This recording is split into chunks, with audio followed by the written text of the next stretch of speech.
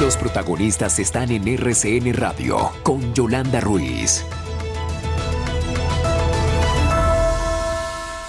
8 de la mañana, 8 minutos. Protagonista el presidente de la JEP, el magistrado Eduardo Cifuentes. Recordemos que en las últimas horas ha sido noticia nuevamente la imputación de cargos por crímenes de guerra y de lesa humanidad contra 15 miembros del ejército. Estamos hablando del caso de los llamados falsos positivos. Le queremos preguntar detalles de este caso al magistrado Eduardo Cifuentes. Buenos días. Buenos días, Yolanda. ¿Cómo está? Muy bien, magistrado, siempre la pregunta en el caso de los falsos positivos, y quiero empezar por ahí, es porque se habla mucho de casos aislados o no, y tal vez la otra vez cuando hablábamos de la primera imputación, le preguntábamos sobre si aquí había algo sistemático o si fue algo que de suyo y de origen se fue dando en algunas de las brigadas. ¿Qué detectaron en este caso en particular, magistrado? Pues, Yolanda, la JEP está lanzando investigaciones en varias regiones del país y en relación con distintas unidades militares. Hasta el momento, los autos de determinación de hechos y conductas, que son autos supremamente importantes porque significa que ya ha sistematizado, acopiado todo un caudal probatorio a la JEP que le permite hacer imputaciones, se ha hecho en relación con la zona del Catatumbo, y en este caso en el norte del Cesar, y también en relación del batallón La Popa. Así como en la primera oportunidad pudo corroborar sobre base clara en pruebas la jurisdicción que se trataba de actuaciones no aisladas, espontáneas o puramente eventuales, sino sistemáticas. También aquí se ha corroborado en el batallón La Popa que en efecto el patrón de criminalidad se mantiene. Estamos frente a un delito de sistema. Inclusive en este auto de la sala de reconocimiento se hace 2 imputaciones a los comandantes como autores inmediatos por dominio de un aparato organizado de poder, o sea, una organización criminal en el interior de la fuerza pública que pervertió todos los procedimientos propios de una fuerza pública que debe ser garante de los derechos humanos. Y fueron también varias las modalidades en las que se llevaron a cabo estos asesinatos y desapariciones forzadas, igual que en el caso pasado, son asesinatos y desapariciones que se producen por fuera de combate. Los combates son simulados. La utilización de recursos de inteligencia del Estado son subvertidos integralmente. Las actuaciones de este aparato organizado se dirigen a encubrir las operaciones, y fueron muchas las modalidades que se encontraron. Para el efecto, en varios casos, las víctimas fueron entregadas por las AUC, bloque norte, a efectivos del batallón, luego de haber sido retenidas. Algunas de esas víctimas fueron asesinadas directamente por los paramilitares, especialmente en los primeros meses de 2002. Otras fueron entregadas por estos para ser asesinadas por miembros de la tropa. En otros casos, las víctimas fueron asesinadas como resultado del señalamiento de guías o informantes que las acusaron de pertenecer o auxiliar a la guerrilla. En varios de estos casos fungieron como guías integrantes de los paramilitares. En otros casos, también, Yolanda, las víctimas fueron asesinadas luego de ser señaladas por integrantes de la comunidad o aprehendidas en la ejecución de hechos que podrían resultar delictivos. También asesinaron guerrilleros heridos en combate que requerían atención médica y miembros de grupos armados que se entregaron a integrantes del batallón. En un momento ulterior se seleccionaron las víctimas en condición de vulnerabilidad, y aquí abarcaban personas carentes de redes de apoyo familiares, de tal suerte que podían ser desaparecidas. En principio, esto podría ocurrir de manera desapercibida. En todos estos casos, lo que se puede observar es un patrón de criminalidad que es muy similar al de Catatumbo, en el sentido de que hay una política de simpatización a la población civil. Allá en un caso, aquí tratándose inclusive de las comunidades indígenas, 12 miembros Cancoamo y Huivas fueron también asesinados y desaparecidos. Personas que podrían tener antecedentes delictivos, pero siempre eran asesinadas por fuera de combate, indefensas. Esa no es la posición que tiene que asumir la fuerza pública como garante de los derechos humanos. Son graves estos hechos. 127 personas asesinadas y 121 desaparecidas. Esa es una cifra alta. La JEP continúa con estas investigaciones también en otras unidades militares y se mantiene la metodología de involucrar la cadena de mando desde abajo hasta arriba, y en la medida en que esto se haga, pues se dictarán los autos de determinación de hechos y conductas. Magistrados Cifuentes, en los dos casos, tanto en el Cesar como en el Catatumbo, encuentran ustedes sistematicidad, pero ¿alguna diferencia en el modus operandi, o era exactamente igual, los patrones eran los mismos, o encuentra algunas diferencias, y hay una relación orgánica en los dos casos con los grupos paramilitares? Pues hay patrones semejantes: estigmatización de cierta población civil, política de conteo, pero básicamente registrar éxitos militares con base en un aumento de bajas que no correspondían a los combates efectivamente dados, utilización de los cuerpos de inteligencia, de patrullaje, las órdenes operacionales y demás para simplemente generar un simulacro de que se estaban llevando operaciones legítimas, y al mismo tiempo para salvaguardar a los integrantes de estas organizaciones criminales una vez iniciaran investigaciones disciplinarias y judiciales. La presión por el éxito, mostrar la debilidad de la insurgencia frente a una fuerza pública capaz de darle seguridad a la población.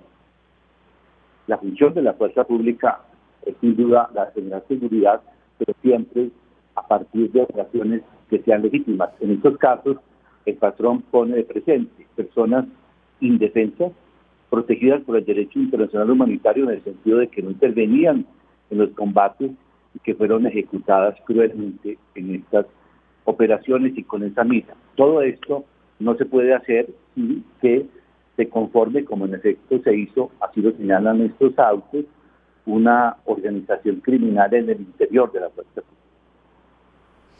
Magistrado Eduardo Cifuentes, en esta descripción que usted ha hecho, ¿qué papel jugó directamente el coronel Hernán Mejía? Hernán Mejía fue excomandante del batallón La Popa del 9 de enero de 2002 al 7 de enero de 2004. Pues conformó precisamente esta organización. De acuerdo con las versiones dadas, él tenía el contacto con los paramilitares del bloque AUC, bloque norte de las AUC, y es el máximo responsable, y así lo determina el auto. Ahora, en el pasado, hay que tener presente aquí también que contra el comandante Fulvio Hernán Mejía Gutiérrez también obran muchas investigaciones de la Fiscalía, y también condenan por parte de un juzgado sexto penal del circuito de Bogotá en septiembre de 2013, sentencia que luego ratifica la Sala Penal del Tribunal Superior de Bogotá el 14 de marzo de 2019, y encuentra el tribunal una confabulación entre militares de la AUC y los servidores del ejército que se encontraban para la fecha de los hechos en el batallón La Popa. Esto es corroborado por las versiones.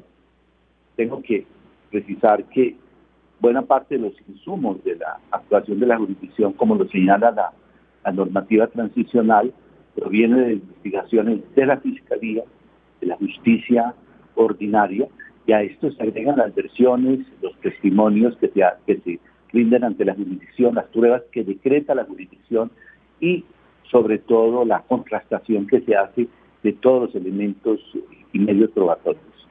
Y este es un punto que se profundiza en el auto que se ha dictado para la sala de reconocimiento. Estamos conversando con el magistrado Eduardo Cifuentes, presidente de la JEP, a propósito de la nueva imputación de cargos por caso de falsos positivos, esta vez en el batallón La Popa. María Elvira Samper tiene pregunta para él. Magistrado Cifuentes, tal como van las cosas, si ustedes van adelantando investigaciones en otros casos, ¿se podría afirmar con todas las letras que esto era una política de Estado? María Elvira, la JEP actúa sobre la base de pruebas. O sea, estos dos autos de imputaciones se hacen sobre la base de investigaciones muy completas y sobre un acopio probatorio de verdad robusto.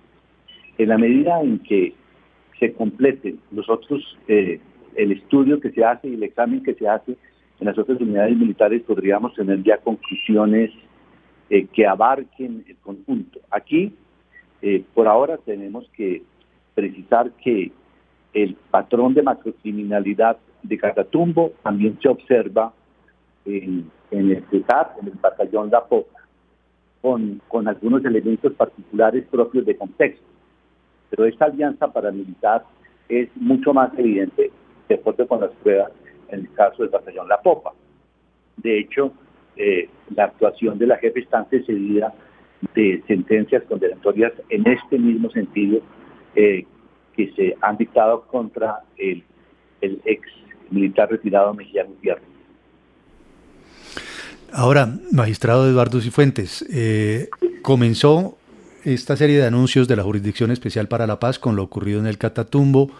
Usted incluso ese día anunció que vendría esta investigación o este anuncio en relación con el batallón La Popa. ¿Qué otra unidad sigue en el mapa que ustedes están conformando y analizando para tratar de entender todo lo que ocurrió con este terrible caso? Siguen otros casos en la zona Caribe, otros en la región de Antioquia, Cementerio de la Beiba también, Huila y Casanare. Está en marcha. La JEP actúa con mucha celeridad. Estamos acopiando y sistematizando y haciendo tareas de contrastación, y esa es la función que se le encomendó a esta jurisdicción. Le cambio de tema, magistrado Eduardo Cifuentes, porque se ha hablado mucho del caso de Haití y particularmente pues, de por lo menos uno de los militares, no sé si son más, usted nos precisará un poquito el alcance de la noticia, que estaban siendo investigados precisamente por la JEP y aquí se violaron protocolos y demás. ¿Qué información tiene usted en esta materia y el seguimiento que se le está haciendo a las personas que están siendo investigadas? Pues la Sala de Definición de Situaciones Jurídicas me ha informado que en el caso de uno de estos ex militares, uno de ellos efectivamente está sometido a la jurisdicción. En el año 2018, un juez de garantías de Medellín dispuso la suspensión de la orden de captura y lamentablemente eso no se informó a Migración. Este ha sido un punto, digamos, que va a ser objeto de mayor indagación por parte de la jurisdicción. En todo caso, todos los comparecientes obligatorios están sujetos a un régimen de condicionalidad y a incidentes de incumplimiento en cuanto que se compruebe el desacato de los deberes a su cargo. Juan Manuel. Sí, Yolanda, el magistrado Eduardo Cifuentes, en este caso hay unos detalles todavía por establecer, ¿no? Frente a la situación de Francisco Eladio Uribe Ochoa, uno de los exmilitares que fueron capturados en lo ocurrido en Haití, estaba siendo procesado en Colombia por el escándalo de los denominados falsos positivos, y la pregunta que surge es, ¿él tenía autorización eventualmente para salir del país? ¿Qué tipo de restricciones tenía él para moverse? ¿A quién le competía hacerle un seguimiento? Los comparecientes tienen que informar, los comparecientes obligatorios en este caso, están obligados a informar y a solicitar un visto bueno previo de la jurisdicción. Y para esos efectos la jurisdicción pues tiene también, y hay una información que se comparte con Migración, de tal suerte que cuando un compareciente ex-FARC o un militar que sea objeto de sometimiento en la investigación por parte de la jurisdicción, sale del país, inmediatamente en migración tiene que aparecer el dato correspondiente. Aquí el punto puede obedecer a que este juez de Medellín no notificó a Migración Colombia cuando suspendió la orden de captura. Muy bien. Magistrado, muchísimas gracias por acompañarnos esta mañana. A ustedes, que estén muy bien, Yolanda. Hasta luego. El magistrado Eduardo Cifuentes, el presidente de la JEP, dos temas con él, pues este caso de militar en retiro que terminó pues involucrado en todo el proceso del asesinato del presidente de Haití, estaba siendo investigado. Aquí hay obviamente pues unos protocolos que se tienen que seguir. Es una arista, dijéramos, de estas investigaciones. Y el otro tema tiene que ver con los 15 miembros del ejército imputados por falsos positivos. Insiste nuevamente en este caso María Elvira, el magistrado Cifuentes, que hay un patrón criminal. Sí. Hay un patrón criminal, dice él, sí. Porque le preguntábamos nuevamente si son casos aislados, a alguien que se le ocurrió, en fin, dice no, similar a lo que pasó en la zona del Catatumbo, aquí también identificamos un patrón criminal, una organización criminal, dice él, dentro de la fuerza pública, que es la encargada de proteger los derechos, justamente, María Elvira. Sí, incrustada en esas unidades militares con leves diferencias según los sitios. En el Cesar él dice que es mucho más clara como la relación orgánica con los paramilitares y que además pues hay diferencias en los lugares, que por ejemplo en el Cesar pues dentro de las principales víctimas están indígenas, pero que en general y que muchos de esos los militares les llevaban a las tropas gente para matarla, otras veces los mataban los paramilitares haciéndoles el trabajo sucio a los militares. Entonces hay el modus operandi es similar, digamos, el objetivo es aumentar el número de bajas para ganar en resultados algunas prebendas por resultados y con guías muchas veces, en el caso del Cesar, con guías paramilitares que los llevaban hasta donde estaba la gente. En otros casos daban quiénes eran los que creían que eran colaboradores de la guerrilla para que los militares los asesinaran, pero realmente lo que había era un patrón para eliminar personas que eran incómodas para la derecha, digámoslo así, para los militares, que asociaban con grupos subversivos, que asociaban con la izquierda, y tratar de eliminar las bases de los grupos de izquierda, tratar de eliminar personas que no se ajustaban a los patrones que respondían en realidad a toda la ideología de las autodefensas, que trabajaban orgánicamente, en el caso de muchas unidades militares, con unidades militares, como en el caso del Cesar, como en el caso de Córdoba con Mancuso. Mancuso tenía una estrecha relación con la Brigada 11, o sea que sí hay unos patrones muy claros y sí hay una sistematicidad, como ha dicho la JEP, por lo menos en estos dos casos que han estudiado a profundidad, como los de Cesar y Catatumbo. Son las 8 de la mañana, 26 minutos, estamos en RCN Radio.